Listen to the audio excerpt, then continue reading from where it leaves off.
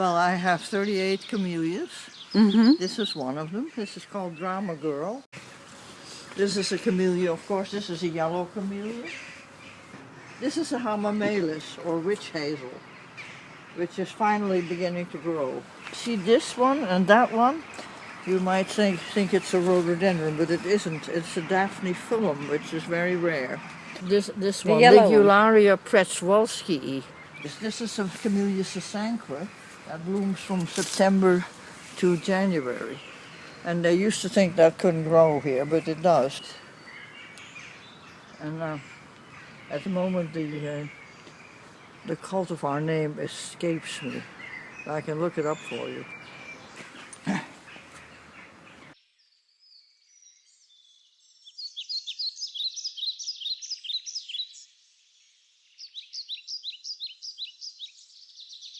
I had a journalist after me and a photographer, an international photographer after me, who spent a day in this garden and was totally enthusiastic, took lots of pictures. And the school was called about it, and they wanted to watch me for the exam. So this happened, and it hit the main newspaper in Utrecht on the front page. And full photograph and interesting text. But the text was about me. It was interviewed by a journalist from that paper, and I had previously been photographed by this international photographer.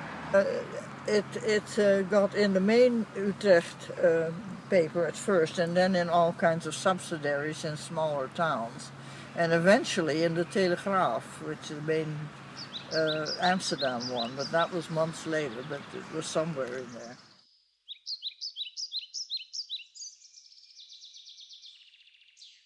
I heard several voices from the class saying, "Oh, but she looks so young."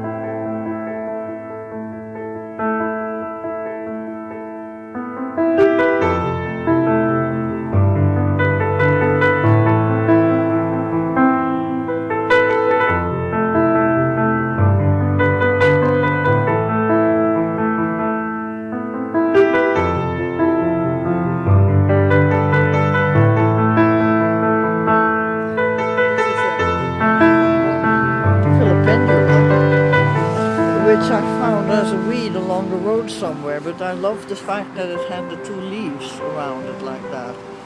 It's a very nice plant, and it likes the bog. But this is Achillea maximum, and it's a very easy plant to grow, and it produces nice flowers.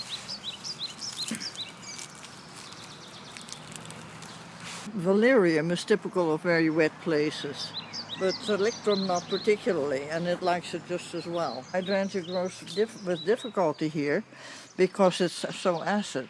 It's a pH of 3.5 or 4.5. And why do you grow so many plants that are so hard to grow here? Well, because they're interesting and nobody has them. They're collector's items, and they're beautiful plants, and I want to see if they will grow here, and they do.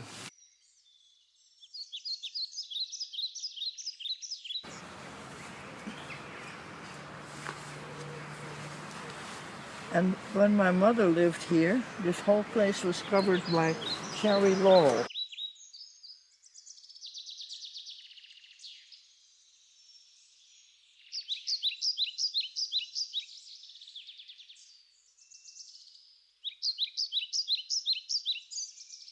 The cherry laurel spread, and she didn't mind. She didn't want to garden anymore, so she wanted the whole place to be covered.